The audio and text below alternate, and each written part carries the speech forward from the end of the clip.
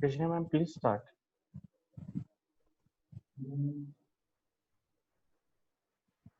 Krishna ma'am, Hello please start. everyone. Hello everyone and welcome to the Friday morning of June 26, 2020. We are in the sixth day of world's first 10-day International Academic Conference, live on the digital platform called Issues of Community, Agenda and News, hashtag Conference for Change. Hosted by DME Media School, Delhi Metropolitan Education Noida, affiliated to Guru Gobind Singh Indraprasth University, Dwarka, in collaboration with Deakin University, Melbourne, Australia. Our knowledge partners are Admas University, Kolkata, K.R. Manglam University, Gurugram, Public Relations Society of India, Delhi chapter. Media partners, The Policy Times. For those who have joined today, here is a glimpse into the conference, which is already 6 days old and has matured into 8 technical sessions, 3 plenary sessions, 1 master class, and 2 panel discussions. The international conference, popularly known as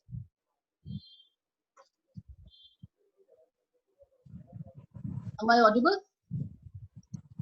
The international Yes, ma'am. conference, popularly known as ICANN 3, is landmark in many ways.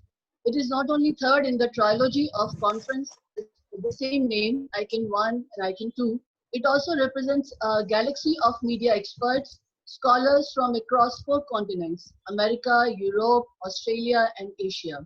This August gathering is represented by 50 eminent personalities from various fields of media and academia.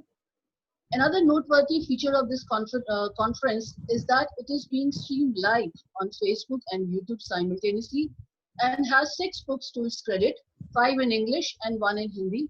All the books are available on Amazon and the content list is shared in the chat box. One can also join ICANN 3 through LinkedIn, which has more than 500 followers. Today's session, Sexuality, Misogyny, and Crime Against Women, is the most pertinent topic touching upon the lives of women across not just India but world over. To chair the session, we have a very distinguished and renowned personality, Dr. Manaswini M. Yogi, OST, Delhi School of Journalism, University of Delhi. I now request Chetra, my student and host, to introduce Dr. Manaswini to the audience.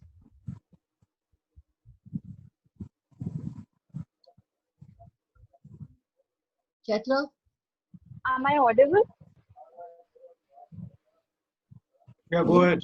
Yes. Good morning to everyone. I warmly welcome you all to the 9th technical session of ICANN 3. I would like to introduce our chairperson, Dr. Manaswini M. Yogi. Professor Yogi is a well-known person in the field of art, culture, literature, and academia. She is also known for her national and international achievements as the winner of Sankalpa C. Siddhi Award and International Awards for Lifetime Achievement and Women Achievers Award. Dr. Manaswini holds 2 doctorate degrees for doing PhD in philosophy from University of Delhi and PhD in mass media from New World Mission Dunamis International University, South Africa. She is also postgraduate in philosophy and journalism and mass communication and a gold medalist in both the courses. Professor Yogi has presented papers both in national and international conferences, written articles, and chapters in books like Communication in UGC. She has also presented research papers in areas of philosophy like Indian philosophy and ethics and has been a part of jury in many national and international conferences. She was a member of nomination jury, the Woodpecker Film Festival and Forum, CMSR Foundation, October 2013, and member Philosophy Syllabus Formation Committee for MPhil, MA, BA for Atal Bihari Vajpayee Hindi Vishwavidyalay, Bhopal.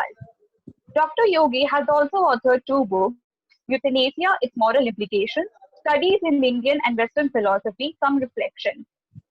Dr. Manaswini M. Yogi specializes in aesthetics, Indian philosophy, applied ethics, media law, and media ethics.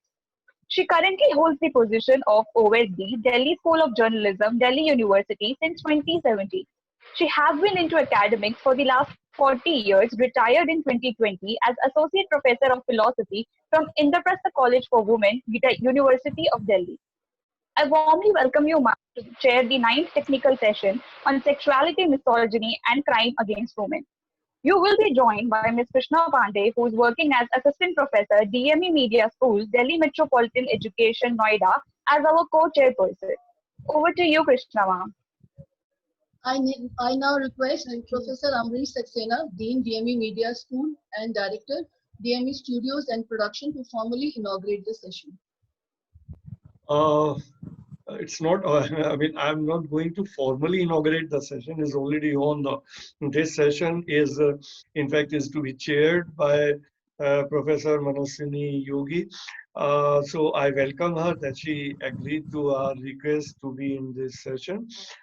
And this session is definitely on a very pertinent topic, as it has already been told that we have in this conference 14 technical sessions, and this is perhaps the 9th technical session. And we have devised the whole thing in a manner wherein each technical session is on an exclusive area, is an pertinent area, and the whole papers that we got in this conference, 203 papers. So we distributed those papers in these technical sessions, though practically finally we selected 158 papers for presentation. So out of these 158 presentations, though the number of presenters is more, because many papers are being presented by more than one person. The varied kind of topics or the subjects that have been covered depending on the theme of the conference. The theme of the conference, as you know, is issues of community, agenda, and news. So, women-related issues, on women-related issues, we received a lot of papers. And these papers, if I can tell you, I mean, were further to be subcategorized, then there were papers wherein the women role in society, the women role in the development process, women as catalysts in the development of the society, and all such papers are there. But then there were certain papers which were more into, I mean, wherein some topics regarding the crime against women was discussed, or the whole attitude of the society, of the people towards women, that was basically discussed, and the sexuality aspect was there. So that is how what we tried to do.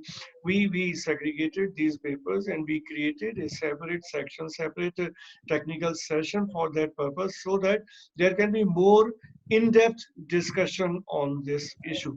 So though if we go by the numbers, the number in this session might be comparatively less, but then nevertheless, our whole objective is not to go into the number. The more serious objective is that a serious deliberation happens on the issues which are confronting the society. So this is the most in thing, and this is the most pertinent thing which we have to discuss in Indian society. Though we have traveled a lot since the time of independence, but still there's a lot much to be done, and the whole attitude towards the women need to be changed, which is not changing.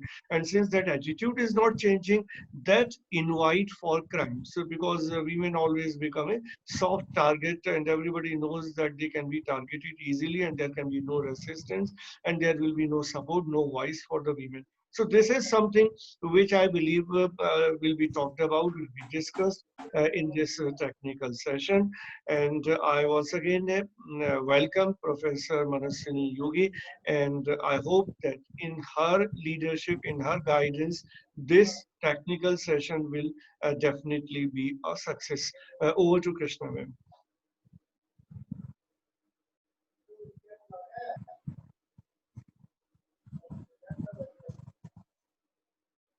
Thank you, sir.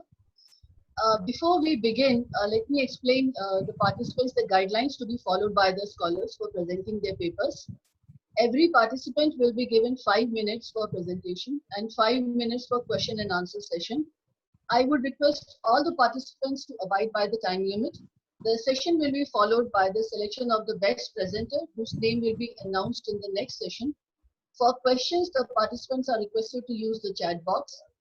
There will also be a feedback form in the chat box for everyone to fill up at the end of the session. Over to you now, Chetra, to take the session forward.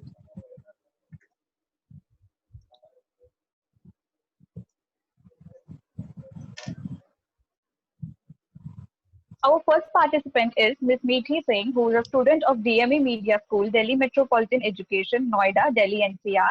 And her topic is LGBTQ in Hindi cinema, a paradigm shift in gay representation.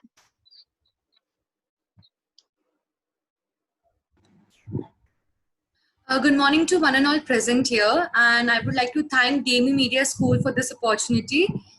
I'll share my screen. Yes, please do.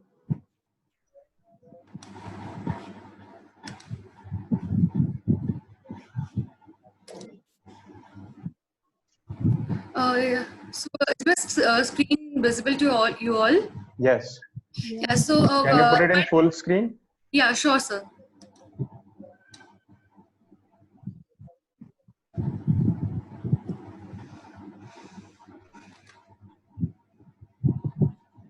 Yeah, so my research paper was on LGBT in Hindi cinema, a paradigm shift in gay representation. So now when we talk about, further we talk about how LGBT is represented in the cinema, let's first come and talk about cinema and its role. About cinema is basically a movie, visuals of moving images that tells a story and exposes reality. Why do I am highlighting exposes reality and tells a story together? Because if we see any movie which hasn't done very good on the box office, yet it has a story and a reality as well. If I give you example of Dhadak, a movie of Karan Johar, so it didn't go that well on box office, but yet it has a story of honor killing and a reality of honor killing and a story has been portrayed through that movie. Now, when we talk, cinema is the most influential tools thinking, which influences the people's thinking, acceptance, perception about these community. Now, if we see something in cinema, we tend to perceive that that's reality, that's how a person should be, that's how a person is acting, and that's how a personality actually is. Now, so if we talk, the cinema has the role that to show these community in a very sensible manner so that people tend to accept and know what's the reality behind them and has the sympathy towards their emotion as well. On a brief, I would like to tell lesbian, gay, and bisexuals brief. A lesbian is a woman who's attracted to a same gender, maybe physically, emotionally. A gay is a person who's attracted to the same gender. Is mostly used for men, and a bisexual is someone who is attracted to both of the genders. That is, he can or she can be attracted to a male or a female. And a transgender is a person who's born with some personal genital area is not satisfied with that. So now when we move further, LGBTQ and Hindi cinema. Now Hindi cinema has a very major role in how a person or a community has to be represented in front of the viewers so that it doesn't have that negative sympathy, negative emotion. Now, India is a country where people watch a lot of cinema. If I say cinema, it may be in the form of screenplay in a local community, or maybe a movie in a hall, or maybe a theater play. So that's what it's related. Now, if we don't present these community in a proper way, in a way, and in a sympathetical way, that leads to a negative perception in the minds of viewer. Now, LGBT in Hindi cinema has always been on the verge of comic relief, villains, or some very bad characters being played by them. And not only for this time. If we see Mr. Natwar Lal, the movie of Amitabh Bachchan, where it has a song, Jiski Biwi Modi, in that Amitabh Bachchan also is playing a role of transgender, wearing a lot of colorful clothes and lot of putting on a lot of makeup, which shows that it is going on from coming from too far. Next, for this research paper, my methodology was first of all content analysis and what importance we are giving to the narrative of the character and the nuance of portrayal, rejection of stereotypes associated with them. The movies that I have selected is Dostana, Partner, and after the decade when LGBT was in it was being accepted by viewers, then I have taken Kapoor and Sons and Shubh Mangal Sadhan, a recent one. Now, if your time is up. Your time is up. Okay, sorry, ma'am. No, you can still take 1 or 2 seconds extra, but it's 5 minutes. Ma'am, I'm not. Yeah, you're not audible, ma'am. I said your time is up. Okay, ma'am. So can I conclude it, ma'am? Yeah, do so. Yes. Do so in another second. So we have always been seeing that in movies, transgender always been shown as a homosexual, a person of comic relief or a person of villain role. But now when the time has changed, we are seeing that movies which are coming up and giving them as a lead character and showing them that yes, a gay person, a human being as normal as any other man or any other human character, a human person being in the world, in the planet. So if you see Shubh Mangal Savdhan, it was a blockbuster, and also it showed the same gender men having romance on big screen, which breaking out all the stereotype from the past. And now we see and we hope that yes, there would be a development in further in the Bollywood Hindi cinema web series where we see a positive and a justified role and representation of these communities. Thank you. Manasvi ma'am, Yes. would you like to say something? Yeah, Nidhi, your paper, I also had a chance of reading your whole paper because in 5 minutes you cannot express everything you want to. And being a student, I think it is a well-researched paper. Only certain things I would like to highlight. Yes. See, because these gay rights and the LGBTQ rights in India, in the ancient times, this was not barred. Homosexuals were not barred. They were not supposed to be called criminals. They were not, they were accepted in the society. If you see the, Khajuraho temples, there we have sculptures which depict homosexuality. So it was only in the British regime that this thing came up, and they, made them they were said to be criminals kind of thing. And it went on for long 70 years till in 2018, Indian Supreme Court talked about 377 and these people got their rights. So if you would have highlighted these points also, because you only took examples of some films, and what you are trying to say is that with, slowly Indian society is accepting the homosexuals as normal people. I also have objection to the word normal, Nidhi, because whether they are gay, whether they are lesbian, whether they are transgender, they are normal.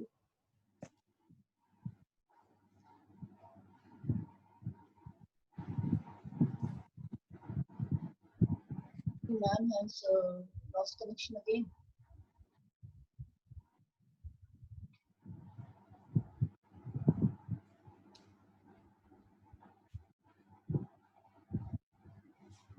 Nisha ma'am, you can take over perhaps. Niti, I have one question for you. Yes, While doing this study, you have not mentioned what is the objective. Why did you start working on a topic like this? What was the relevance of it? ma'am. Sorry, ma'am, can you repeat the question? No, I just wanted to find out the objective of the study because you have not Ma'am, mentioned the yes. objective and what was the relevance of this study. Ma'am, the objective was the study was like I've been watching movies so far, and which hit me very hard that why is someone being dominated or bullied in a movie certain community. So I decided to do the study on this research and to find out movies that actually has a link with it.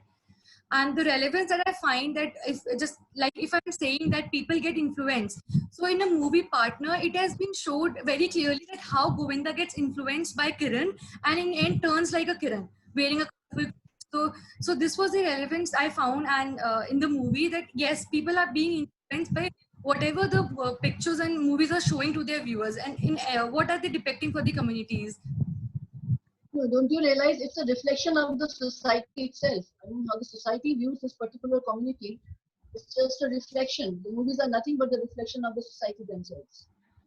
Ma'am, yes, but thanks for the question, ma'am. But a perception that is formed in minds of society or any people is only by when we see something or when we read something or when we come to know something. So if we come to know something or we read something which is not normal, is not happening in our daily lives, then we tend to have certain perception and stereotypes keep forming in our minds regarding that. We have a question in the chat box. This is from Mr. Ankit Sharma, and he wants to ask you that don't you think Ayushman's character in Shubh Mangal Savdhan is also an old cliche? Thanks for the question, Ankit. No, I don't think, because when we see that movie, it has two gay characters. One is Karthik and the other is Aman. Aman is shown to be very sophisticated, a very normal boy, a boy-like person, and a very a simple, classy boy. Whereas Ayushman has been given that personality touch to his character. He's not wearing a lot of makeup. He's not having long hairs. He's not into a fashion industry. He's just a normal boy who wears floral t-shirt and has a nose piercing. So according to me, that is not an old cliche, but it is a defining and giving a personality to that character. There's another question.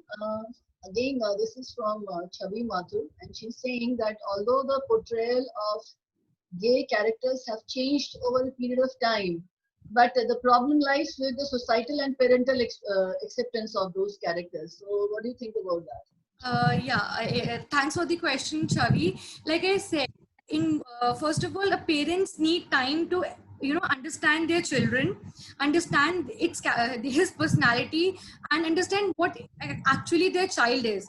So if you go and tell your parent suddenly one moment that a mom, so she'll first decide, discuss, know what's the reason. Same goes here. In movies, we have always been seeing that parents don't accept these child being lesbian or child being gay, so they tend to threaten their children. No, you can't do this. You have to be perfect. This is not the society you will accept. You will be living in. So that's what we are seeing in movies, and so definitely parents are also being developed that not to accept these things that easily. It has been shown in movie as well. Now, if we in movie you have seen that in a certain moment when Fawad Khan's moms come to know that Fawad Khan has a boyfriend, she got like she's shocked to know that. But in the end, she understands that yes, it's normal. It's just as perfect as any other human being. So yes, parents also take time, and I am hoping that movies will bring up. Hello. Yes, ma'am is saying something. Yeah, Krishna. Krishna, ma'am. Ma'am, shall we take, thank you, Miti. Ma'am, shall we take another participant? Yeah, Or you sure. would like to add something? No, I think I have said what I have to say about this paper, and you have asked a relevant question, and people have also asked. But one thing, Nidhi, as you said, that people get impacted by seeing what is there in the movie. So it is not only the gay and the heterosexual or homosexual. Everybody gets impacted with whatever is seen shown in the movie, whether it is fashion, whether it is family setup, whether it is gay setup, whatever. So Yes. as Krishna rightly said, movies are reflection of a society. So we get affected. So while making movies, one has to be very careful what they are showing, because everybody gets impacted from a small child to a eldest person. Even we get impacted. Yeah. Thank you, ma'am. Chaitra, over to you for the next participant. Chaitra?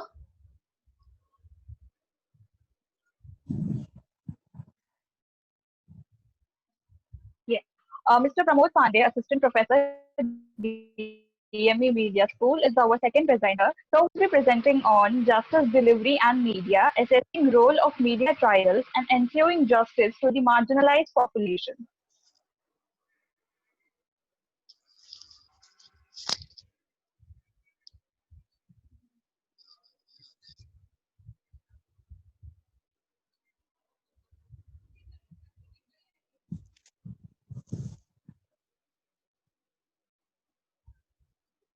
Hello, Ritvik sir, can you hear me? Yes, we Hello. can hear you. Acha, sir, there is another ID through which I'm logged in. So, can I share the screen with that? Please. Okay. It says host disabled. Yeah, you can share it now.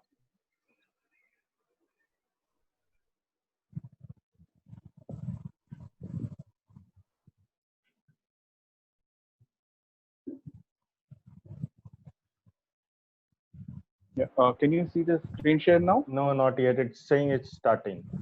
Okay. Yeah, there it is. Can you please put it in full screen mode, please? Yeah. Thanks.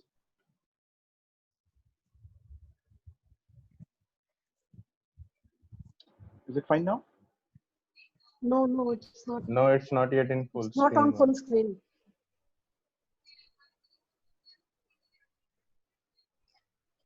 Put F5. That's F5, nothing else.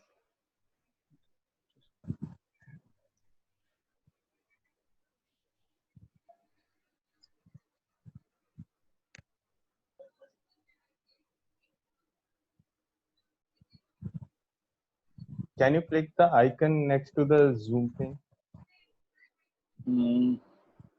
on your This PPT? one?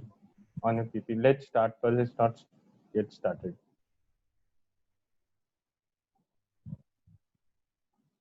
Just give me one. Sorry for the technical problem. Actually, the laptop is giving me a lot of trouble.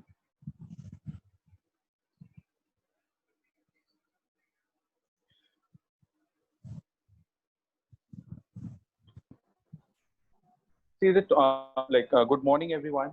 Good morning, Manaswini ma'am. Good morning, Krishna ma'am. My topic for presentation is crime news reporting, assessing the role of media trials in ensuing justice.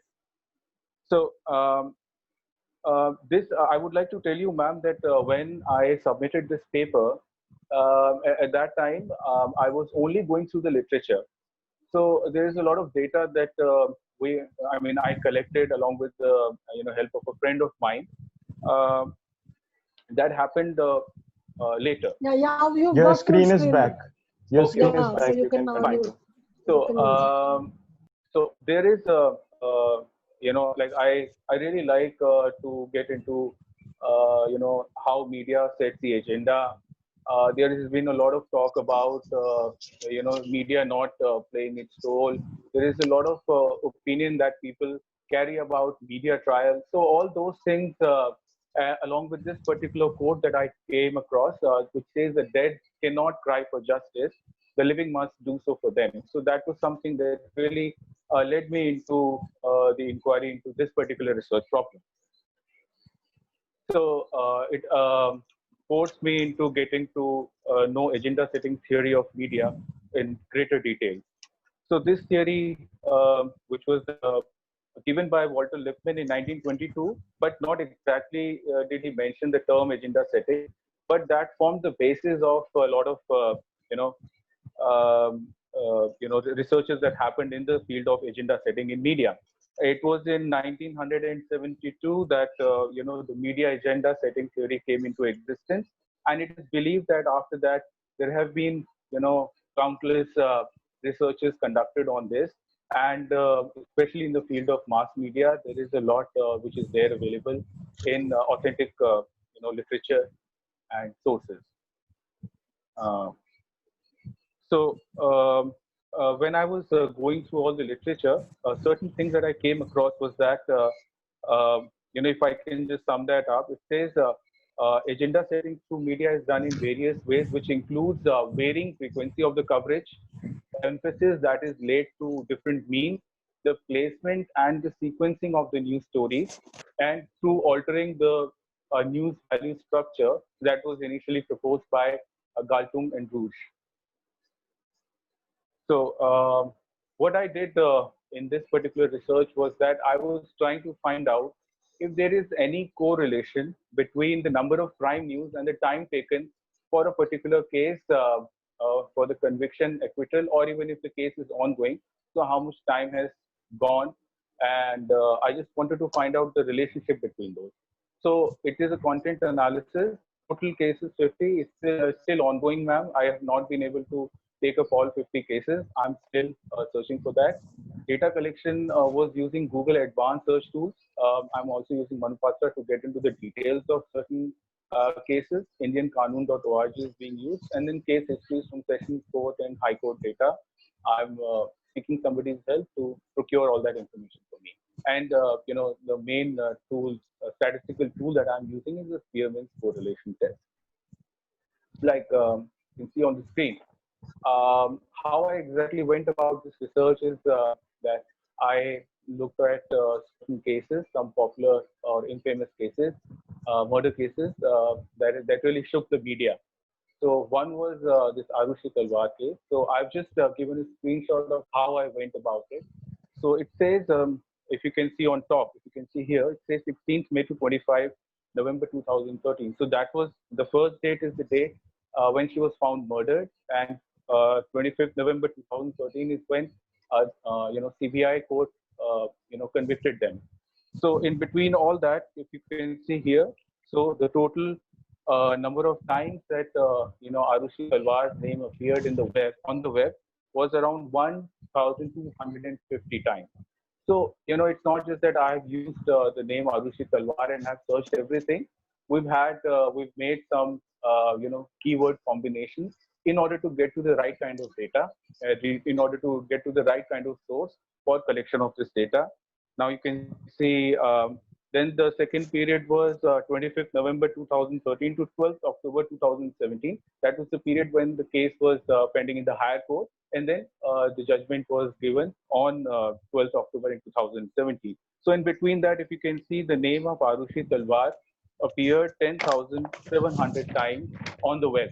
So it clearly shows how the case was taken up by the media. I mean, I can still not say that, if 10,700 times was by media only, but then we have used the Google advanced searching techniques in order to find out the coverage that was done by media and not by some blogger or somebody else who may be having a website.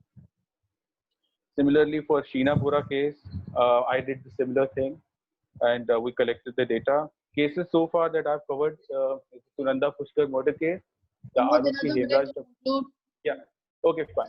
Neeraj Grover murder case, the Nithari case, the Rizwanur Rahman murder case, the Jessica Lal murder case, the Shivani Bhatnagar case.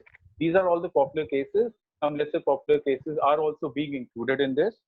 And the findings suggest that so far there is no significant relationship between the total number of news coverage and the time taken for the case to be decided, because the Spearman's correlation coefficient is coming somewhere near 0. So it really shows either no relationship or a very weak relationship between the two. And the literature review suggests that the media affects the justice delivery, with some sources even claiming that justice delayed would not have been delivered at all, had the media not been there. So these were some of the findings, because I was working with only one objective. So I'm just working on that. These were my own findings. Thank you.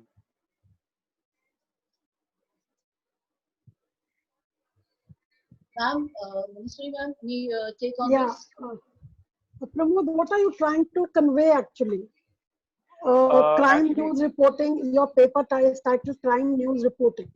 Now, what are you trying to say? That, the crimes are happening and the media is covering it, taking it on for too long.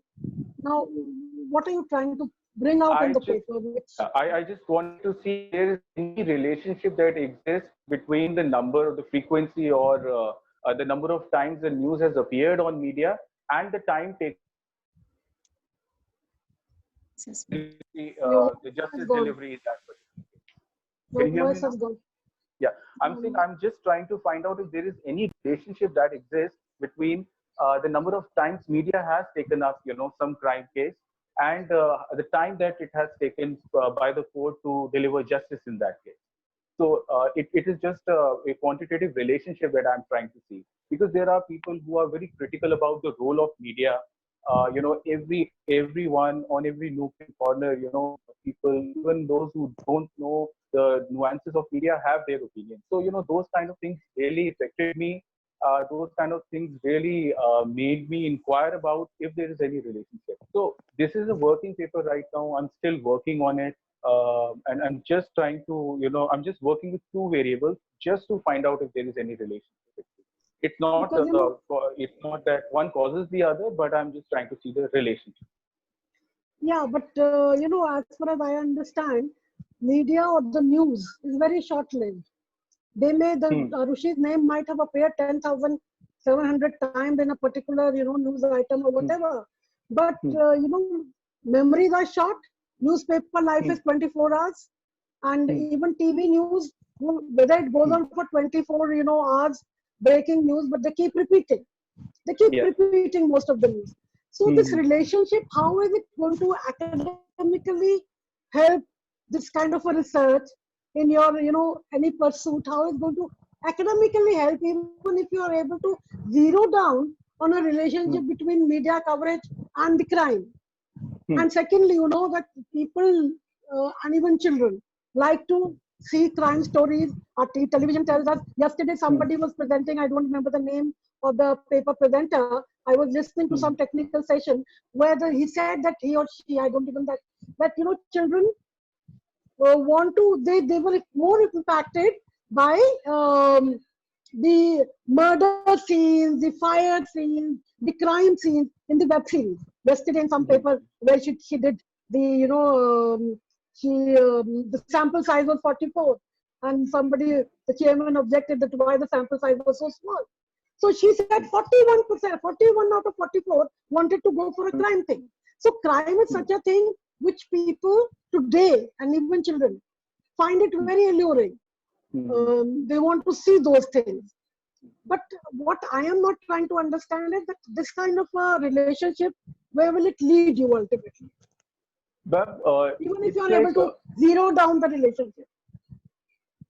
I gave the finding in the end, but because the sample size is so small right now that it would not have been right for me to present the entire data, because I'm still working on increasing the sample size. I mean, we all, I mean, in media research, I think one of the most important things is to find out what media is doing or what media has done.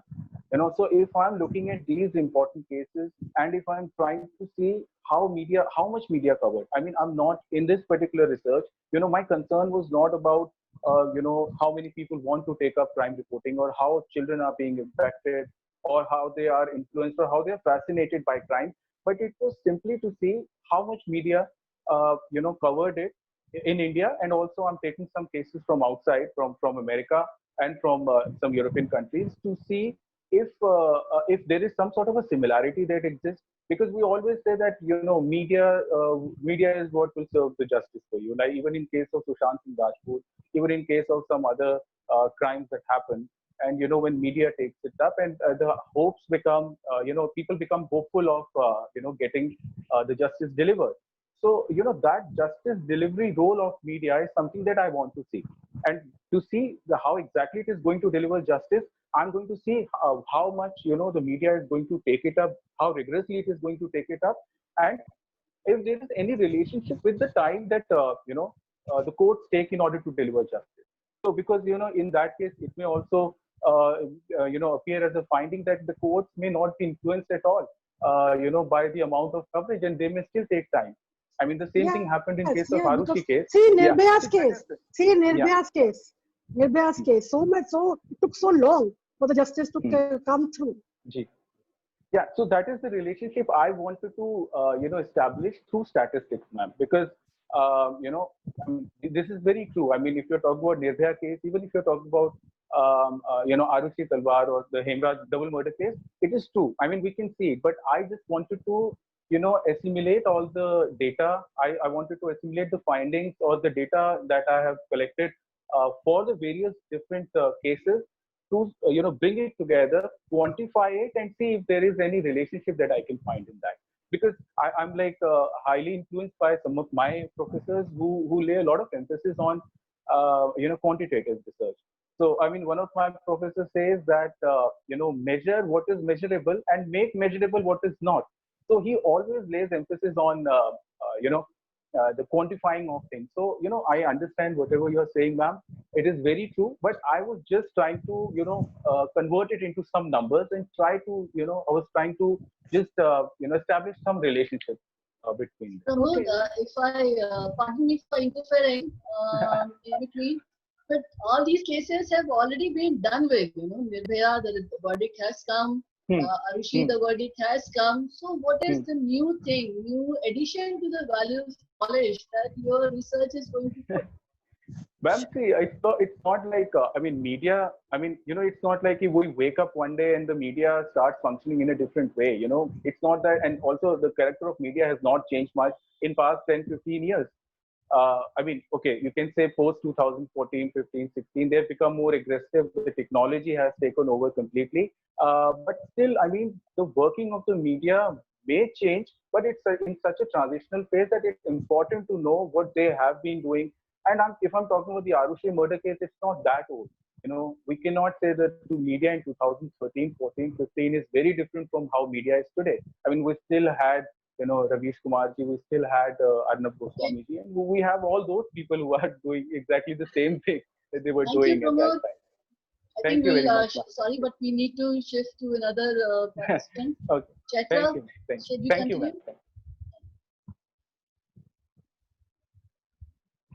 Chaitra, are you there? Yes, ma'am. Our third participant is Miss Aarti, Amity School of Communication, Amity University, Noida, Delhi NCR. She is presenting her paper on culture of violence and crime against women.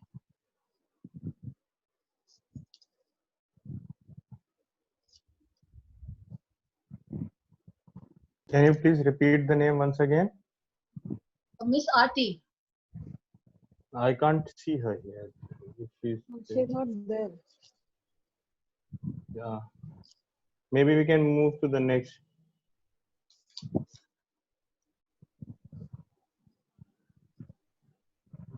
Chatra, kindly don't unmute yourself, okay? Don't mute yourself. Oh, all right, all right. Our next participant is Ms. Subuna K and Ms. M. Chanbagam, Shankarlal Sundarbai Shasun Jain College for Women, Chennai, Tamil Nadu. The topic is media exposure on sexual crime against women and its impact, a study on families in Chennai. Hello. Hello, ma'am. Yes, you are audible. Would you like to share your screen? Yes, sir. I'm sharing it. Okay. Sir, One second. yeah. Yeah.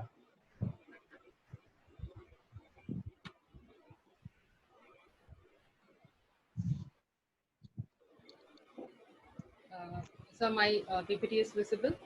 Yes. Can you please put it in full screen mode? Yeah, sure, sir. Thank you. Is it okay, sir?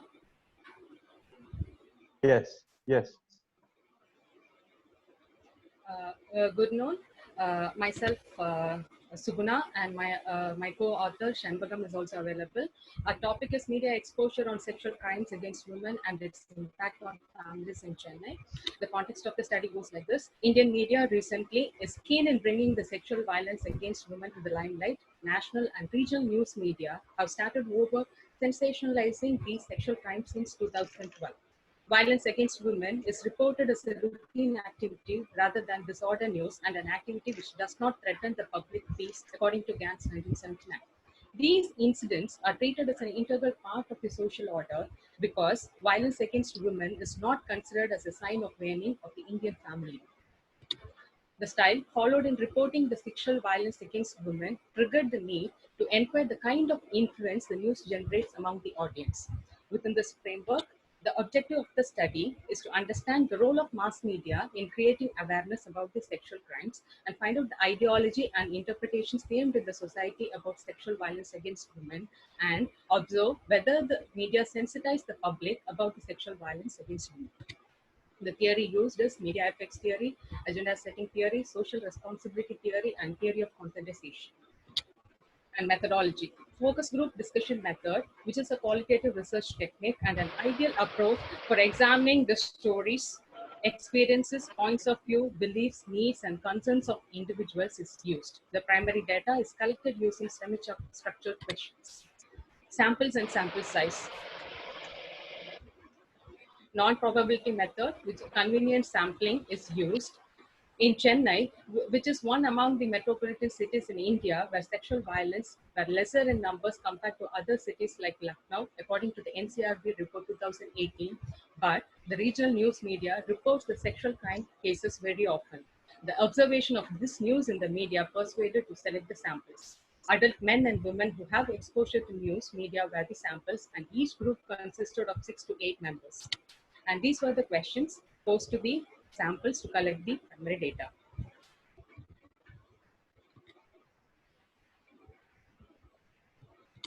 And data analysis and interpretation goes like this. According to men, in a macro level, intended and unintended impact, well-behaved women are not targets. Freedom enjoyed by women is a major cause. Women can be safe if she stays home, wear traditional dress and not exposing the body, and do not want their daughters, wives and sisters in the public. The girls moving social will be harassed. Very few cited that culprits should be beaten to death or to be encountered, and they requested for speedy judgments, and also insisted that judicial proceedings should be reported. And they did not agree with sex education because it will not be acknowledgeable by all families, and they blame media for brutalities. And according to women, the macro level, intended and unintended impact, crimes take place in office and educational institutions. Women should not go out alone, should dress decently. Sexual crimes will not be reported due to fear and shame. Insisted that family members save the culprit, and they are firm in giving punishments legally. And no response ban questions on gender equality. And women agree to give sex education, and they also blame media for the brutalities. And my key findings goes like this. Media are the important sources of information about sexual violence against women. Only one parent conveyed that the reporting enlightened them to take measures to avoid such incidents. Both men and women are unaware that most of the crimes are caused by their relatives, neighbors, and friends rather than the strangers. Men and women have a false consciousness that lifestyle and moral values of a girl leads to the brutality. Exposure to mobile technology and obscene media contents worsens the situation. They also insist on severe punishments by law to avoid the crimes. And people highlight that majority of the perpetrators are saved by the family, and also insisted that they evade from the sentence through political supremacy. People do not prefer sexual crimes to be reported by media. Repetition of the sexual crime news and the narration have not sensitized the people on the occurrence nor deconstruct the myths. They do not discuss these incidents within the family members. Men insist on patriarchal social norms and gender hierarchies in consensus with the women. My conclusion of the study is, while media is considered as the chief source of news about sexual violence against women, it is the sole responsibility of the medium to present the news in a constructive way, that is, to create a better understanding of the sexual aggressiveness and take steps to reduce such occurrence. The studies prove that people do not learn the whole lot from news, according to Barron and Davis 2015. Apparently, the media have to raise critical awareness among the people that sexual assaults are not individual or women's disgrace, but it is a social problem which is yet to combat collectively. And few recommendations. In a country like India, where mass media were initiated to educate and create awareness among the masses rather than informing, journalists should take up the responsibility of character building, educating normal behavior, which is handled by other institutions of the society like The time is up for you. Sunil. Yes, ma'am. Maybe you can continue. Few seconds, ma'am. Few Last slide. seconds. Yeah. Audience believe that continuous coverage of sexual crimes will help in replicating the same. Since the statement is hypothetical, there is a scope for further research. Media personnel should consider the inferences by the research scholars and design the journalistic practices. Thank you. Ma'am, Hello, ma'am. Thank you, you are Suguna. Thank you, Suguna. Thank you, ma'am. I have 2-3 observations to make, Suguna. First Yes, ma'am. thing, you said dress. Yes. If a girl is decently dressed, there are less chances of being sexual harassed. I would like to ask you, does dress and even the age, does it make a difference for a sexual harassment? Even Not really, ma'am. not really. So Not we should really. not say that this, even a girl in a burqa can be sexually harassed. Yeah. The Yeah. teacher, the women in a sari can be sexually harassed. And we Yes. also face these things. So I think we should not say that the dress matters. Yes. Dress does not matter. It is the attitude, as even Professor Abhijit Saxena said in the beginning. It is the attitude of the society, attitude of people, attitude of men towards women, which makes such crimes happen. True, ma'am. Secondly, you also said morality of girls. Now, why are we pinpointing morality of girls only? Morality in general is okay, of human being. But why do we want to pinpoint to morality of girls? And the third thing I would want to point out, where I want your reaction, that you are saying journalists have the responsibility of character building. Now, how can a journalist have the responsibility of character building? Because most of our journalists are not even, doing their job morally. They are not covering the issues on a moral level because they do it in a hurry. They don't see both sides of the story. They don't go fact finding. They sit on the computer, get one line from there, one line from there, and they report the news. So how can they do a character building? How can you give them the responsibility so that these crimes are decreased? Right? Yeah. And media has the responsibility of showing right. But parents, most of the parents, most of the women also do not want to go to media to report their cases. But recently, we are finding more cases being reported. It was not that this was not happening earlier. Only because women are becoming a little more, aggressive. They are becoming more aware, and they are feeling the need to report if they are sexually harassed. Yeah. Thank you, ma'am. Thank you. Even I have one observation. Yes, ma'am. You're talking about too many theories. I mean, there are 3 to 4 theories that have been lined up. Where do you apply those theories? I mean, social responsibility theory, you're talking about agenda setting theory. Yes, How, ma'am. So, has that been- agenda setting theory is like when media they broadcast or report again and again how this incident has happened, and also the narration of the event when continuously repeated, it is called as an agenda setting theory, ma'am, because they create an opinion about the event by narrating the incident in a particular way. Yeah, and the social responsibility theory is like when maybe, as like ma'am said, I have suggested that there should be the responsibility for the journalist to take up the issue in a constructive way. So that is where I talk about the social responsibility theory. Thank you so much. Thank you, ma'am. I also request the participants to please pen down questions in the chat box. We are not seeing any question in the chat box. Please do write questions for the presenters. Chaitra, can we have the next participant now?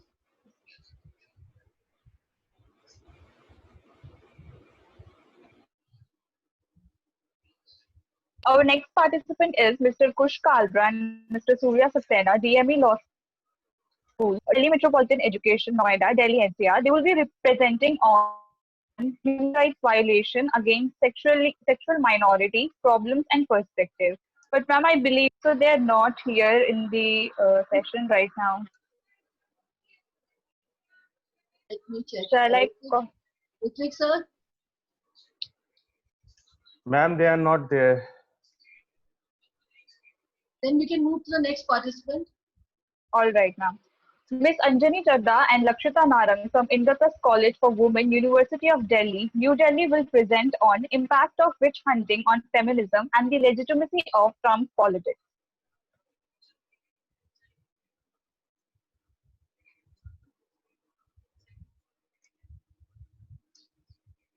Good morning, everyone.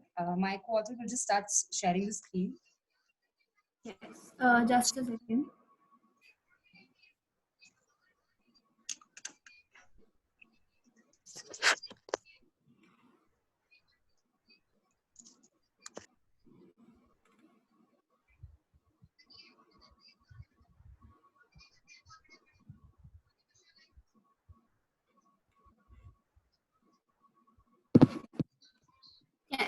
Can everyone see the screen? Yeah, we can. We can see the screen, Anjani.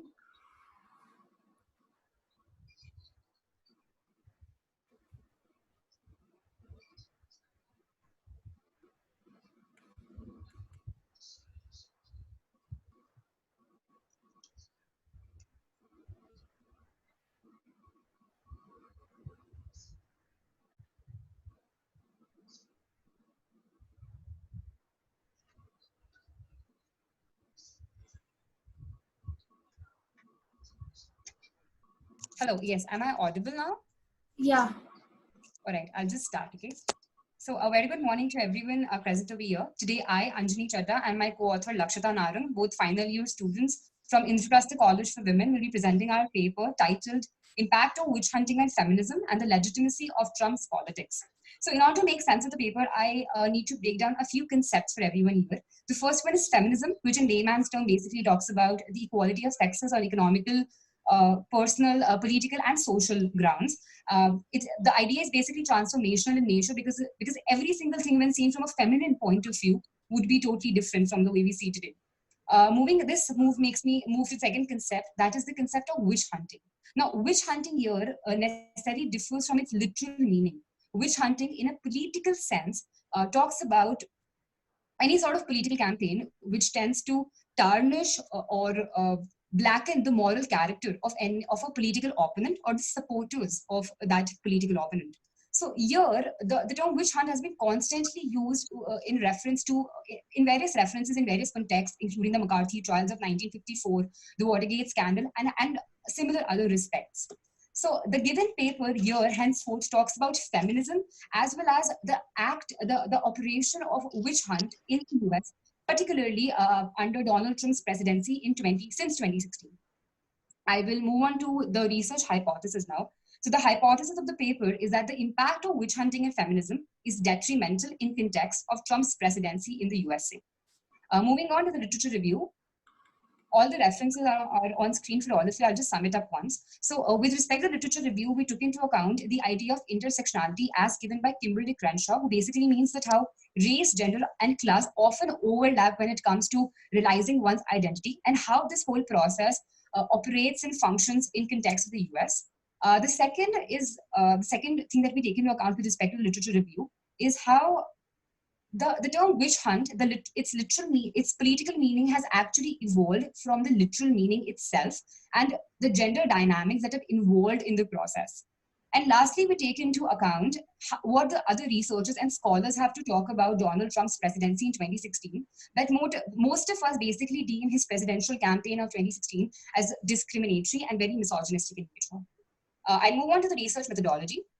So the methodology that we undertook was ethnographic secondary research of Donald Trump's speeches, his statements, his tweets, keeping into consideration the sexual harassment allegations made against him. And secondly, the women's marches that have started to take place in US after 2017 and the movements pertaining to the same. Moving on to the research findings. Our research findings are also divided into three major subtopics. The first one being feminism in the USA. So the advent of feminism in the US took place in the 17th century when a law was passed that said women who start wearing high-heeled shoes would be deemed to undertake the same treatment as is inflicted upon the witches of that time. So that was the first time when a call for action was made for adding women's rights in public purview. And since then, feminism in the USA has continued to evolve, it has continued to proliferate and has become very inclusive by taking into consideration concepts like black feminism and fat feminism. So at this point of time in the fourth wave of feminism, it's been functioning real well. The second aspect of the findings is Donald Trump's politics, which entails all the statements or tweets that he has made in opposition to his political counterparts. I'll just read out a few statements here in order to make my point more clear. So Donald Trump's tweet in 2015 was that if Hillary Clinton cannot satisfy her own husband, what makes her think that she can satisfy America? In 2015 itself, he made a statement against Carly Fiorina, who was his political opponent, and said that, look at that face. Would anyone vote for that? Can that face become the face of the US president? In 1992, he made a very controversial statement that said, women, you have to treat them like shit. And finally, Trump referred to the Republican primary debate moderator, Megyn Kelly, by saying, you could see blood coming out of her eyes. You could see blood coming out of her wherever. So the list is actually endless. It was just a few examples that I put forward to explain my point. I would request my co-author to take up from here and I will explain with further aspects. So with this, we come to a relatively important aspect of our findings, that is the number of women's marches and movement that took place since Donald Trump was elected in 2016. The biggest women's march took place after Trump was inaugurated as the President of the United States, which is seen as the largest single-day protest in the US history. It saw participation from all the 7 continents, including Antarctica. This means more than 5 lakh people demonstrated in Washington, D.C. with sister marches taking place across 80 countries and standing for rights, since the number of protests has continued to increase. On-ground protests, Twitter protests, protests, exhibitions, protest groups particularly have continued to escalate under Trump's presidency. This brings us to the conclusion of our paper. Which is where it is pretty clear that while Trump's statements have given a clear image of inflicting a witch hunt, a lot of scholars also believe that this has indeed strengthened the core of feminism because it has consequently increased the level of activism and resistance. Therefore, our hypothesis was disapproved, And as for Trump's legitimacy with his politics, it remains largely questionable, majorly because of his uh, remarks and allegations. So, thank you. Thank you, Lakshita. Thank you, Anjani.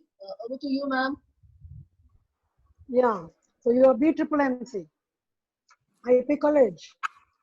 Good. Good to see you here. Well, I think it's a well-researched paper, no doubt, and presented very well, actually. But in this, I don't think so. I need to ask a question. I don't have a question to ask, but just an observation that it was a well-researched paper. I have nothing to say because I am not too much into Trump's activities. So I cannot comment on it, but it was a good paper. Thank you. Thank you, ma'am. It was a very well researched and good paper. Yes, that is what I have to say also. Thank you so much. Chaitra, can we have another participant? I believe Mr. Surya has joined.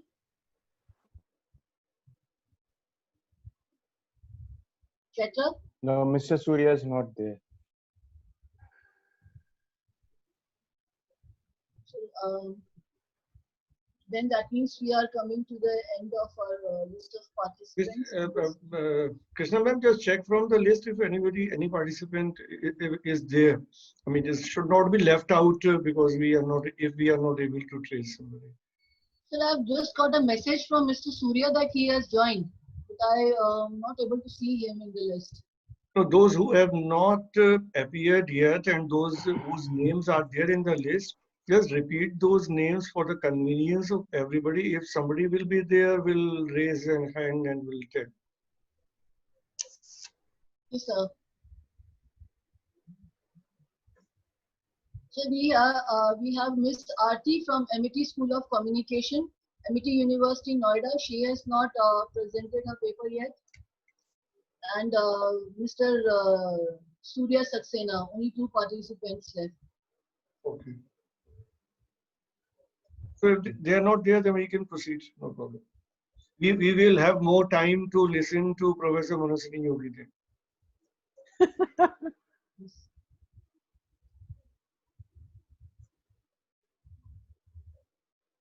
Yes, Krishna ma'am, go ahead. Professor Yogi has been a regular participant in various sessions of ICANN conference. I've seen ma'am has been participating. She has been putting up questions. She has been making her observations. So ma'am, it would be our pleasure to hear from you your experience so far of the conference. Yes. First of all, I would like to give a lot of thanks to Professor Ambrish Saxena, Sushmita Balaji, and the director Ravi Kant Swamiji for arranging this conference. I've been attending the conference from the first day, and I really feel that this should become the normal. Even after the normalcy as such is restored, this should become a normal. Why I feel this is because if this would have happened in March, and you would have, I would have come in maybe one day when you would have calling me to chair or present a paper, but I would have not come every day, living so far. So sitting at home in my, comfort of my home and listening to everything to the extent that I was doing all my household chores along with listening to the paper. Because, me and my husband are alone and I don't have help and maids, we are not allowing. So it was so convenient that I didn't miss out on anything. Though I did not attend all the technical sessions, but I attended all the preliminary sessions. I attended Betty Dam's presentation yesterday and today's and both the panel discussion.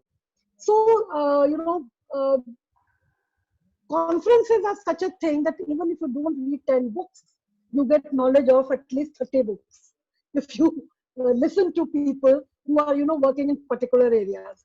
So I'm very happy to have this digital platform. 10 days, though it is, I think, very hectic for you and Sushmita ji to be sitting from 9:30 to 5:30 in front of the camera. But it is a very successful conference. And I really congratulate you. And I think people will follow suit. Other institutes and organizations will soon be getting down to this kind of longer conferences. We have done webinars, but they are short, 2 hours thing. But continued seminars, conference, papers from morning to evening, and having so many participants. And as if I remember, you said there are about 141 papers. Yeah. 141 papers. 141 papers published here. Published. Published. And 158 papers for presentation. For presentation. And 6 books you have published out of it. So it is really, really great. And I am. I think ma'am has disconnected. Sir, we have one more participant who has just joined. Mr. Surya has joined. I think he has he has joined as a Shivam Saxena. So I think we should take his paper. He's from DB.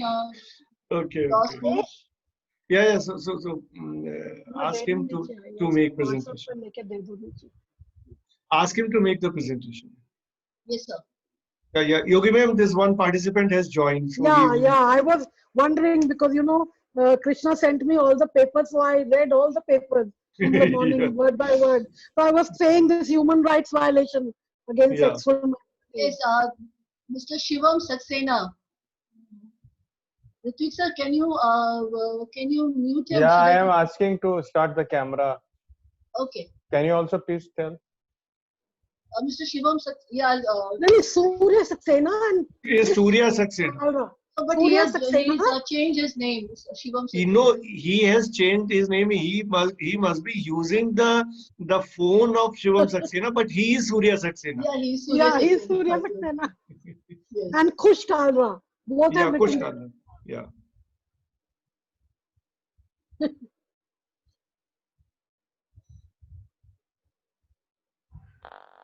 Mr. Surya, can you hear me? Mr. Surya, can you hear me? Mr. Surya? Mr. Surya, can you hear me? Krishna ma'am, can you please call him up and tell him I'll do that. Yeah, thank you so much.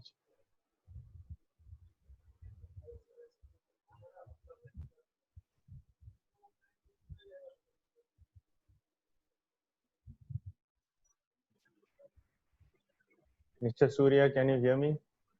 Am I audible? Yeah, you are audible, but we can't. Can you hear me? I think you can't hear us.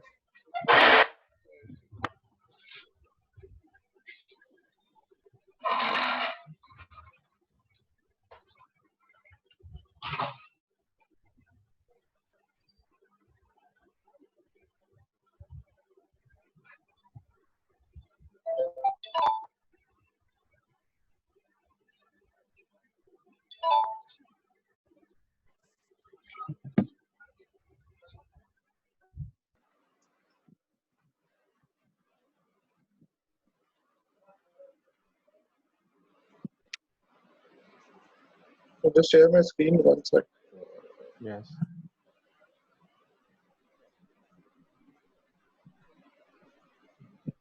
All right.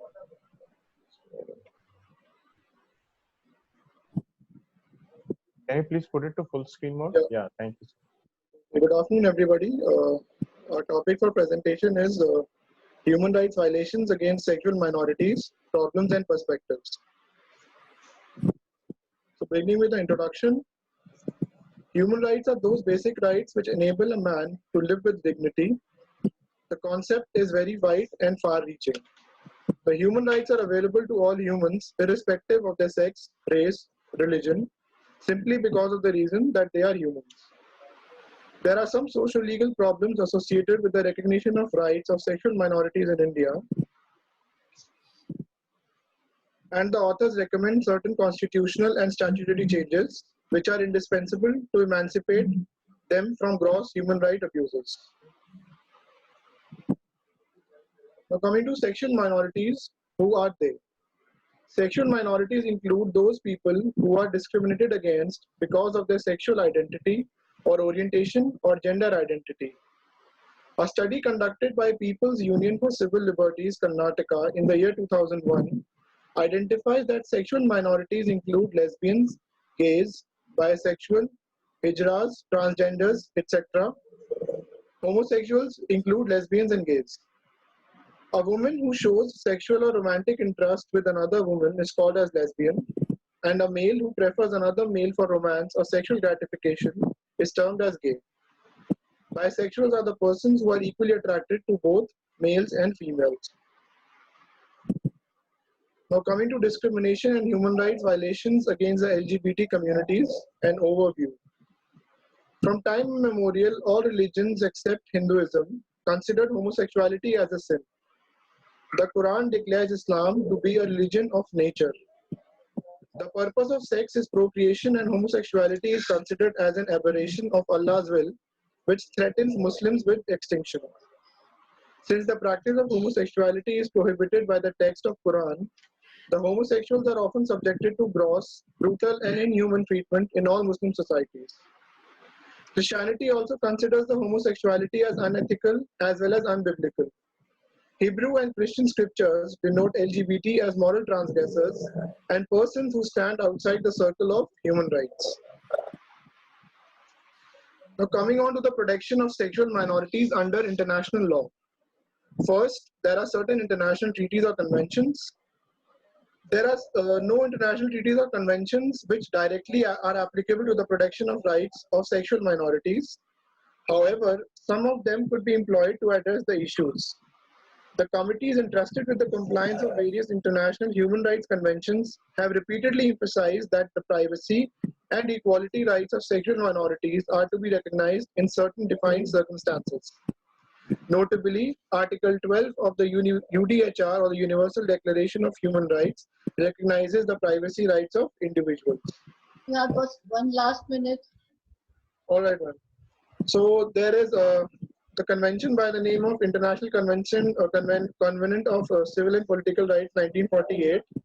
Article 26 and 17 talk about the right of privacy and right against discrimination, sex, religion, and language.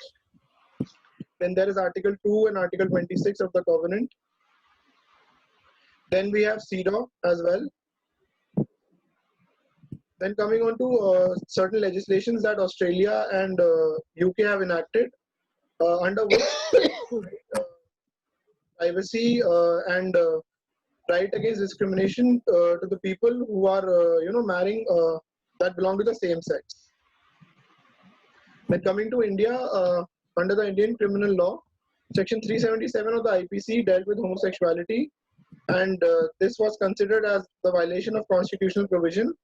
As being a suprema lex, every law has been in compliance with the constitution. This provision provides a sanction for the prosecution of certain kinds of sexual acts which were deemed to be unnatural. However, this has now been declared unconstitutional lately. Time is up. Okay, ma'am. Probably I could deal with the conclusion, or maybe we can leave that part as well. No, complete the conclusion. All right. So coming to the conclusion, the sexual minorities in India are not seeking for any special right. Instead, they are striving for the basic human rights. It is also noteworthy that they cannot be classed together with sexual predators like rapists or pedophiles. However, it is always up to the mercy of state parties to such convention to apply those principles into their municipal laws through constitutional amendments or incorporation. The NGOs and human rights organizations could be instrumental in bringing the social change by constantly demanding for protective legislations. Above all, it is necessary to change our attitudes. Laws are time-consuming and cumbersome, and is more complicated through the societal attitude. That is why enacting a law more appropriate in bringing about a radical change in recognition of rights of sexual minorities at work is desired. Thank you.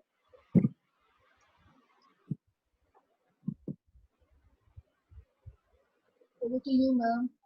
Yeah. Surya, your paper is mainly containing, legislation, laws of different countries. Yes, ma'am. And in conclusion, what the main thing you are saying is that we need change of attitude and we need the society to change, right, so that the sexual minorities' human rights are protected. Right, that is what you are saying. Yes, but then, also you are saying in one line that appropriate laws have to be made, Enacted. laid down, so that they get their enacted, so that they get their rights. So even if the laws are enacted, laws are made, but there's always abuse of law, and that is what is happening. That is what is happening. So unless the human psychology, human attitude towards these sexual minority will not change, no law can help them in safeguarding their minorities. Yes, If people on the road, when you see a transgender begging, if you misbehave with them, as I've seen many people doing, because they look down upon them, how will their human rights be protected? It will not.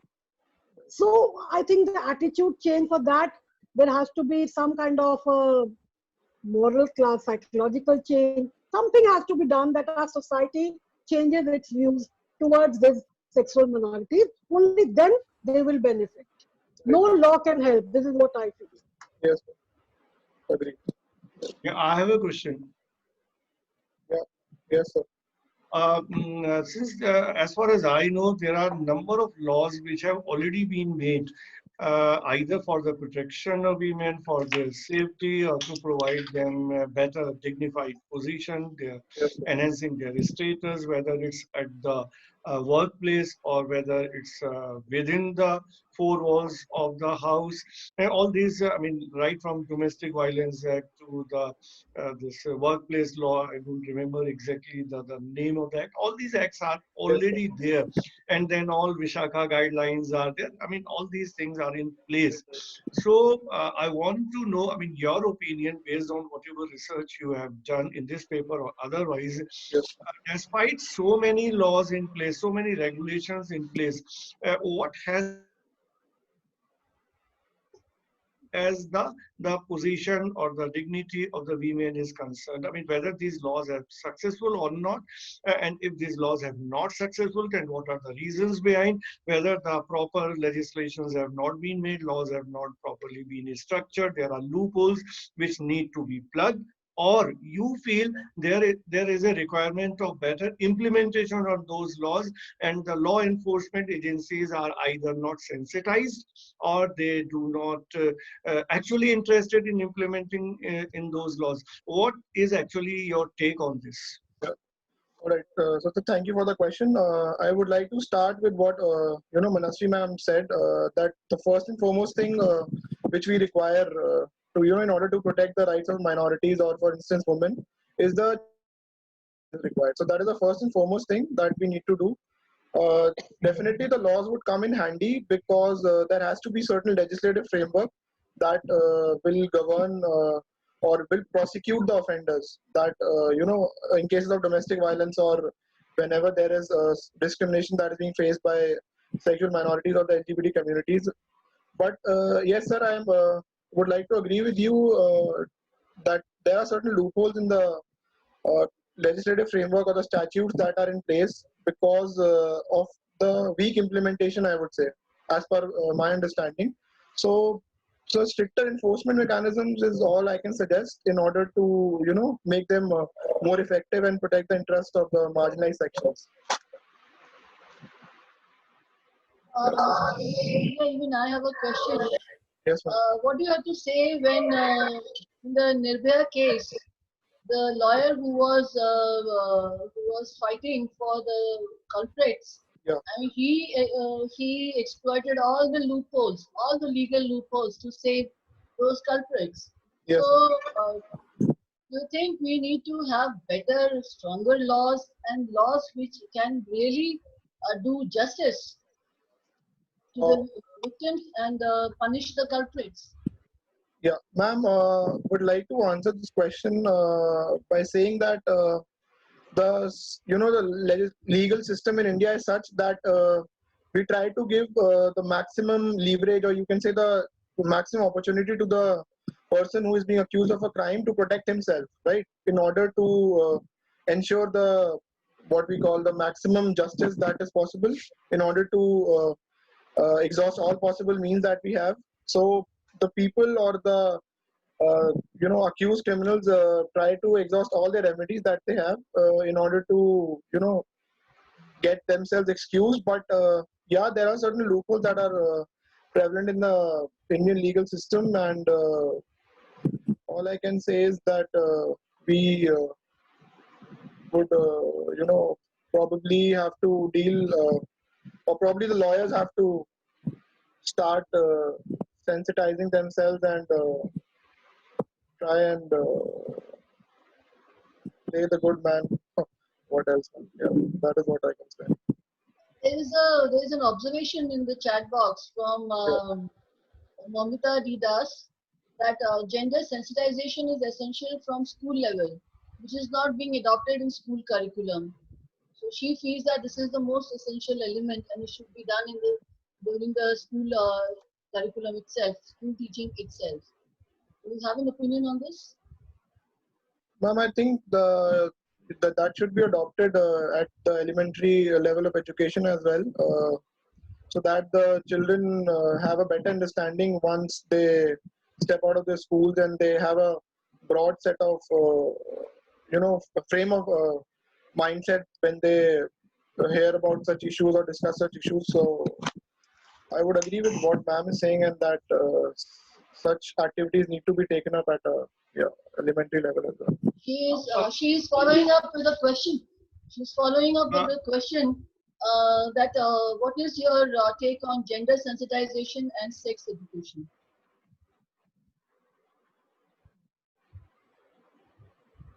Ma'am, is she asking this from the perspective of school education or as a general question? Yeah, she on the basis of the observation that she has made that it is very essential to sensitize children at the school level itself. School level. So, what do you have to say about gender sensitization and sex education in the school itself? Yes, ma'am. That is very much required in today's world, and specifically for India, where the word sex education or the term sex education is considered sometimes as a taboo, or people are afraid to discuss it in open, rather parents with their children. So this needs to be taken up elementary level, so that that particular what do we call it, taboo, or that hesitation which is associated with discussing the terms such as sex education or gender sensitization should go up, and so that is all I would. Krishna ma'am, there is also one question from Abhimanyu, in a way related to that, but it is talking about another aspect. This is about, because earlier we were talking about the sensitization at the school level, and this is about the self-defense strategy. So Abhimanyu has asked, can there be a self-defense strategy against such offenders right from the school level? So this is like preparing the girls the school level as to how they can defend themselves in case of any eventuality. So would you like to answer this, Surya? Sir, can you please repeat the question? I did not, completely understand. Yeah, this is a question from Abhimanyu. He says, can there be a self-defense strategy against such offenders right from school level? Okay, self-defense strategy, which should be taught to the, he's asking for the girl child or to students in general, I mean. Obviously, if it is a gender specific, it must be for women only, I believe. Women only, all right. So, I'm not too sure about it, so I think I'll rather skip. Thank you. They should be taught judo. They should be taught judo. Oh, yeah. Yes. Right. But this legal education should be from the school days itself. No. I think these issues. Self-defense. I think all these issues, whether self-defense or the gender sensitization or preparing the curriculum for all this, making it part of the syllabus, etc. I think Professor Manaswini Yogi will be a better person to throw more light on such kind of issues. Yeah. See, gender sensitized. See, being a scholar or a student of philosophy, I've been teaching. I think moral philosophy should be taught at school level. Students should be given sex education at school level, at least in 9th, 10th, 11th, 12th. So that they are, sensitized and they know what exactly, because that is a very tricky age. And we have heard so many cases. You have heard cases where, students of 11th class, 12th class, 10th class made obscene videos and made them viral because they do not understand the, the impact of such videos being viral. So, and in their anxiety and their, they want to know things, and in most of the houses, talk on sex is a taboo. So not only in schools, even in families, I think parents should bring up their children where talking about sex is not a taboo to some level to which they can understand, so that for them it is nothing novel and it is nothing that they have to explore themselves through friends, through wrong kind of viewing on the television. That will make the society much better. But we are not doing it, at least in India. It is still a taboo. Most of the schools don't teach ethics. They don't teach moral philosophy. They don't give sex education to children. And that is why we see so much problem in our society. But another thing is, when we are talking of fantasizing students in the school level, making them, teach them self-defense to save themselves. But there are people who are into this kind of crimes who don't even go to school, right? The rape cases we hear, the other crimes, sexual harassment against women, which we hear, most of people are there who don't go to school. So it is, I think, the whole mentality of our Indian mind where, we all take sex as a taboo, don't talk about it, and the youngsters feel it is a field which they have to explore themselves, and they are not well guided how to explore. So it should not be a taboo. I don't know how to settle if people don't go to school, they don't have education. How will they learn? So they do things on their own. And today, because everybody has a mobile in their hand, anybody can watch anything on the internet. Anybody. So whether they are educated, they understand sex education, they know more what is morality or not morality, they are exposed to all this. And then they do their own experiments, especially the 16, 17, 15-year-old children. So I think the society as a whole has to think about it, attitudes have to change, and I think charity begins at home. So parents, at least the young parents, with their young children, they should start educating them even in the house and talking to them when you think that they are, in the age of understanding that what is this sex all about. So that, because, the boys, sometimes I used to tell my students, when you listen to a rape case, now the boy who has committed rape, he also has a sister at home. If somebody rapes his sister, he will go and kill that boy. But when he rapes, he doesn't think about all this. So this needs to be, this attitude has to be changed. That if your sister, being a woman, is important, has a dignity, has to be safeguarded. Similarly, other women who are sisters and mothers and girlfriends maybe of other men also need to be safeguarded. This attitude is not changing. मेरी बहन तो मेरी बहन है, दूसरे की बहन कुछ नहीं. So this attitude has to be changed, and only then I think we will be having a society which will be not facing and seeing such cases happening every day, starting from traveling in the metros or overcrowded buses, walking in a crowded market, anywhere. And secondly, when we talk of self-defense, girls should rise up to the occasion, become bold, and if somebody misbehaves with you, you should have the courage to slap him back at least, if nothing else. Our girls are also, they get scared, and sometimes they're not even able to do. Every time they don't, have this atmosphere or the environment where they can react, but sometimes they do. But even when they do have that environment, they don't react. They keep quiet. They don't even go and tell their parents. As and somebody has written in the paper also, that they want to just share it with their friends of the same level, of the same age group. No, a friend may just share, but she cannot advise. So they should talk to their parents. Parents should become friendly to their children, so that the children are more open to their parents and they come to their mother, their sister, even to their father if they face such a thing, where parents can, actually guide them, explain to them, and so that they can face further situation in a better manner.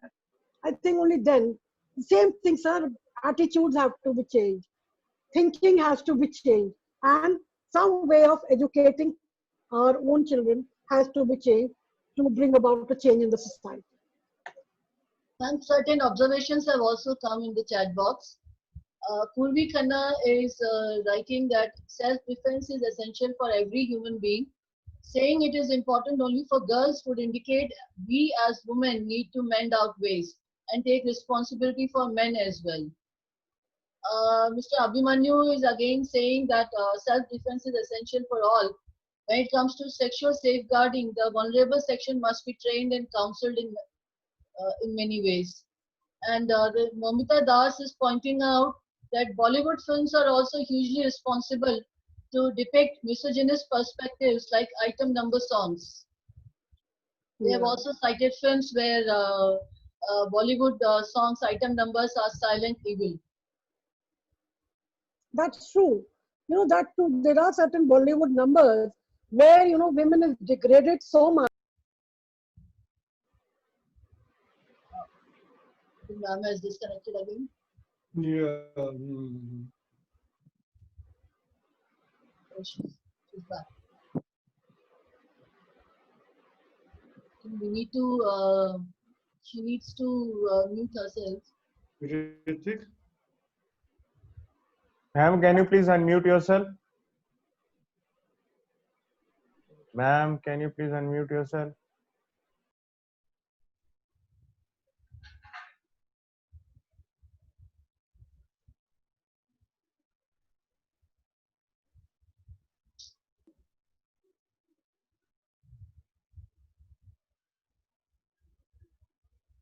I don't think so. I'm audible. Now Yeah, now you're audible. I'm audible. Yeah. Okay. So this is what I'm saying. The girl, when this one song that came, Murgi ki tang hai tu, I don't even remember the lyrics. I think in the parliament it was only Jaya Bahaduri, the film actress, who got up and said certain things against it. But our youngsters don't. They don't feel it. They just want to dance on the music. So if we would accept those lyrics, people in the Bollywood would write such lyrics because that sells. That sells. So I think women are equally responsible. And as far as self-defense, judo is one thing they can learn. But for others, there are small things they can do. Keep paper in their purse. Keep a bottle of paper in their purse. Keep something in their purse so that they can save themselves if they get into such situations. This also has to be taught. And it should not be considered to be bad to carry red paper or black paper in your purse. Because if you're not able to physically handle these people, then at least with such things you can. There are certain sprays also which you can carry so that you can save yourself if such a situation comes. So I think these things have to be told to our girls especially. And but on the other side, if you see the present generation, they are quite aware, which we were not when we were young. We were not. They are still more aware than we are. And they are in a better position to handle because of the exposure. So it goes both sides. If too much exposure is bad, then even on the other side, exposure is to a certain extent even teaching them that if this happens, you save yourself like this. If that happens, you save yourself like this. So all this is charity begins at home again, I'll say. Parents have to take care to teach their children in a particular manner that they are able to. And not only girls, they should even educate their boys from the, when they are children. They should educate their boys about, behaving properly with a girl, whether she's your sister or she's not your sister. Only then I think things will change. Like, if I take an example, when the Swachhata Abhiyan thing came, the generation which is still, on third year MA, they were not following it. They were throwing things everywhere. But small children in the school started telling their parents when they threw a chocolate wrapper from the car, why are you doing this? Please go and pick up. We have to put it in the dustbin. So if those children will learn, when they grow up, they will be into that line of thought that we have to keep our environment clean. Similarly, sex education, these kind of things, that crimes should not happen, has to be taught from the childhood, and that parents, school education has to start with it. Yeah. And even teachers in the colleges, I would say, because this generation has not studied such things in college and school, as teachers, our purpose is not just to finish syllabus. Syllabus, they can do it on their own. We have to teach them, okay, we have to teach them what we are supposed to teach. But along with that, we should also spare some time, either in class or outside class, to make them good human beings. That is also a responsibility of a teacher, because a student, even in college, stays with the teacher from morning 9 to 3:34, more than even the child stays at home. So even teachers should go a little out of the way to make them a good human being, cultivate their moral thinking so that they become good human beings, and that will change the society. So at all levels, we have to work. Thank you. Yeah, Krishna. Thank you, ma'am. Thank you, ma'am. Thank you for the views. They're definitely up to the mark and up to the point. Now I request Amrish sir, doing Devi Media School and Director of Production Studios, to I have already spoken a lot in the beginning, and I have been intervening in between. And otherwise, I am an odd one out in this topic which is being discussed. So I think it would be better if you ask Dr. Susmita Bala to say something. Yeah. I was about to ask Bala ma'am also to share her views on this topic and the subject in the session itself. Okay, hello Yogi ma'am. Hello. You are regular in all the sessions. This is very nice. But आपने already सारा सब कुछ तो बोल ही दिया है. मेरे को केवल ये बोलना है कि एजुकेशन की जहां तक हम लोग बात करते हैं, तो एजुकेशन जो ले रहा है वो भी इस तरह के मिसबिहेव और एक्टिविटी करता है, और जो बिल्कुल एजुकेटेड नहीं है, अनपढ़ हैं, वो भी इस तरह की हरकतें करते हैं. यही मैंने तो कहा. हमें जी, तो उसमें हमें केवल सेंसिटाइज करने की जरूरत है, घर से भी करना पड़ेगा, क्योंकि जब सेक्स एजुकेशन की इतनी बात हुई है तो हमें ये नहीं पता होता कि घर में भी फैमिली मेंबर्स कितनी गलत बिहेव कर रहे हैं बच्चों के साथ में. ना केवल फैमिली मेंबर्स, अदरवाइज भी रिलेटिव्स, और बच्चे को ये पता नहीं होता है कि उनको बैड टच क्या है, गुड टच क्या है. तो अगर हम घर से सेक्स एजुकेशन की बात करें तो स्कूल तक पहुंचते पहुंचते बच्चा बैड एंड गुड फीलिंग को समझने लगेगा. यही मैंने कहा. Very important. यही आप वही कह रही थी. तो बहुत सारी ऐसी चीजें हैं जो हमने यहाँ डिस्कस की हैं. सेल्फ असेसमेंट हमारे लिए बहुत इंपॉर्टेंट है, क्योंकि हम बड़े होके भी ये नहीं समझ पाते हैं कि सेल्फ असेसमेंट में हमें किन पॉइंट्स को देखना है और किन को अवॉइड करना है. अगर हम वही बात करते हैं तो हमें लगता है कि ठीक है, और दूसरा करता है दैट इज रॉन्ग. तो ये self assessment is very important. Gender sensitisation की बात वही हुई थी, जैसे आपने भी बताया कि जैसा लड़कियों को ट्रेनिंग की जरूरत है, वैसे ही लड़कों को ट्रेनिंग की जरूरत है. बिल्कुल. अगर हम उनको ट्रेन नहीं कर पा रहे हैं तो वहाँ मिस्टेक फैमिली मेंबर्स की है, मदर फादर की है, सिस्टर की है, कि उनको बहुत कुछ अच्छा लगता है कि वो बिंदास बच्चे कुछ भी बोल रहे हैं, बट वो जब बचपन से ऐसा करते हैं और हम उनको बिंदास वर्ड से अप्रिशिएट करते हैं, दैट इज रॉन्ग. क्योंकि वही आगे बढ़ के चीजों को उनको बढ़ावा मिलता है और वो फर्दर बहुत सारी प्रॉब्लम क्रिएट होती हैं. Same as dresses and all. अगर हम प्रोवोक कर रहे हैं किसी को और फिर मिसहैपनिंग होती है, तो वो केवल सोसाइटी की गलती नहीं है, हमारी गलती भी है कि हम उसको किस तरह से ट्रीटमेंट हमारा क्या है, हम कैसे करते हैं. एंड ट्रांसजेंडर की जहां तक बात हो रही थी, तो उसमें मेरे को बीच में बोलना था लेकिन मैं अनम्यूट नहीं हो पा रही थी, कि वहां पर दोनों तरफ प्रॉब्लम है. जो बच्चे ऐसे हैं जो ट्रांसजेंडर हैं, एक्चुअली वो पढ़ना चाहते हैं, वो वर्क करना चाहते हैं, जॉब करना चाहते हैं, तो उनके लिए बहुत सारी प्रॉब्लम्स हैं फेस करनी पड़ती है. मैंने आपके यहाँ ही एक फिल्म देखी थी, जो बच्ची मास्टर्स करने के बाद फिर वो आगे जो भी जॉब के लिए जानना चाह रही थी उसको बहुत सारी प्रॉब्लम फेस करनी पड़ी थी। अदरवाइज तो फिर ग्रेजुअली क्या होता है, लोगों को लगता है कि हमें अपना पेट पालने के लिए अर्निंग तो करनी है, तो वो रोड साइड पे भीख मांगते हैं। गलत है वो, उनके लिए कानून है, फिल्में भी बनती हैं, सब कुछ है, लेकिन जब उनको प्रॉपर प्लेस नहीं मिलता तो फिर उन्हें इस तरह के एक्टिव होना पड़ता है, एक्शंस लेने पड़ते हैं।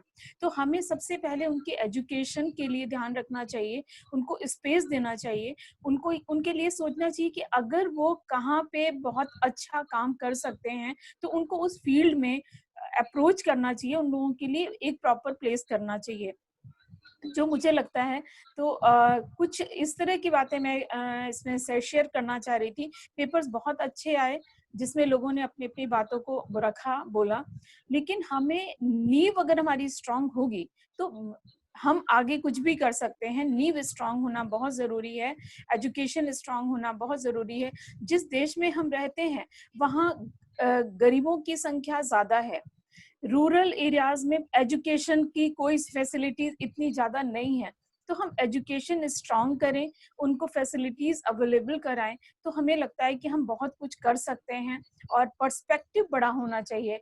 हम खुद पढ़ जाते हैं लेकिन हमें लगता है कि जो हमारे यहाँ काम करने वाला है उसको अगर सिग्नेचर करना भी नहीं आता है तो हमारे लिए वो ठीक है, अदरवाइज हमारे घरों में काम कौन करेगा। तो हम खुद बढ़ावा नहीं देना चाहते हैं। अगर हम आगे बढ़ के इन सारी चीजों को देखें तो मेरे ख्याल से पर्सपेक्टिव को बड़ा करें तो हमारे ख्याल से हम लोग बहुत कुछ कर सकते हैं, महिलाओं के लिए भी और पुरुषों के लिए भी, क्योंकि इस क्षेत्र में आने के लिए हमें बहुत कुछ सोचना और करना पड़ेगा, क्योंकि हमें वाइडली पे थिंकिंग की आवश्यकता है, तभी हम कुछ कर सकते हैं। Thank you all. Krishna, I want to say two more things. I want to say to transgender की जो बात करी, that's the topic is very close to my heart. Transgenders वो भी घर से ही शुरू होगा। बच्चा कहीं पैदा होता है ना, उस रूप में कहीं पैदा होता है, किसी घर में पैदा होता है और फैमिली उठा के दे देती है या वो आके ले जाते हैं, both ways. So we have to stop that. Because that's not the fault of that child. If he or she is born like that.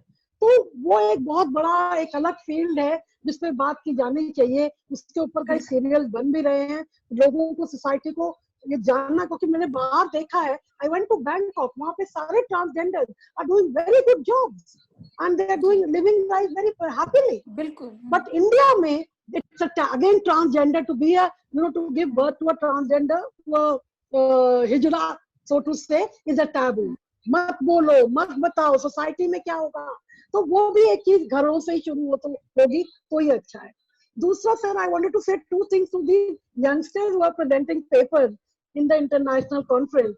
Papers are very good, but two things I want to say, that when you come to a platform of an international conference, even if it is a national conference, please take note of the typos. Typos are not acceptable on an international screen.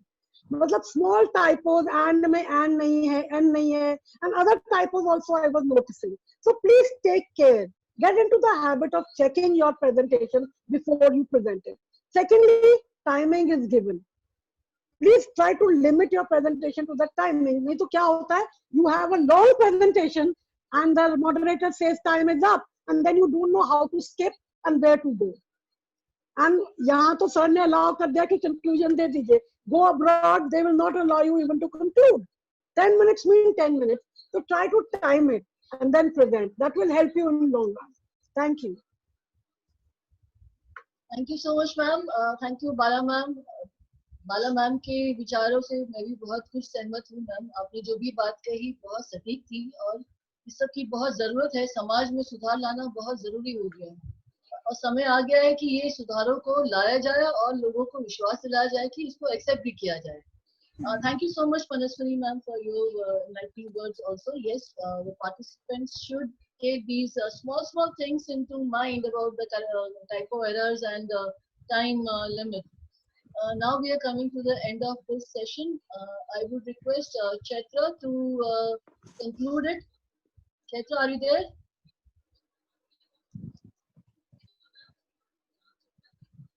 आप sum up कर दीजिए। Finally, it is our pleasure. She's doing it. Shall I begin, ma'am? Yeah. Yeah. Finally, it is our pleasure to listen to various presentations coming from different areas. All the presenters have given a wonderful presentation highlighting the various aspects of media industry. We have also been fortunate to have Dr. Manaswini Yogi ma'am with us today. Thank you, ma'am, for all your insightful points. And we would also make sure that moral philosophy or a subject like law should be incorporated in school education as well. We would like to give special thanks to Deakin University for associating with us and DME Media School faculty members.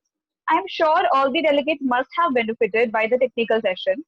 Now, I would like to request everyone if they could follow and like our iCan3 social media, Facebook and Instagram pages, and keep getting all the updates. All the sessions are available on iCan3 Facebook page and iCan3 playlist on YouTube DME TV channel. Also, iCan3 is on LinkedIn where there are 400 plus connections. All researchers, academicians, VCs, deans, HODs are from their universities and colleges of India and abroad.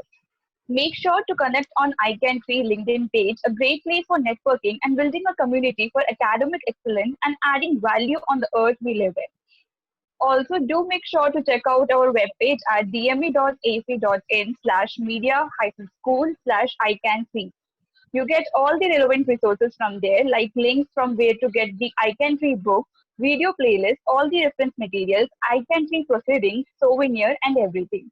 So stay connected with us through hashtag conference for change. Thank you, everyone. Over to you, Krishna ma'am. I also take this opportunity to thank Ritvik sir and Sumantra sir for all their support, be it technical or otherwise, to make this session and the conference a grand success. I request all the participants to tune in for the next session, which is going to happen at 2 o'clock. The topic of the session would be new media, digital ethnography, and network communities. Do register for you, and thank you, everybody. Thank you once again. Thank you.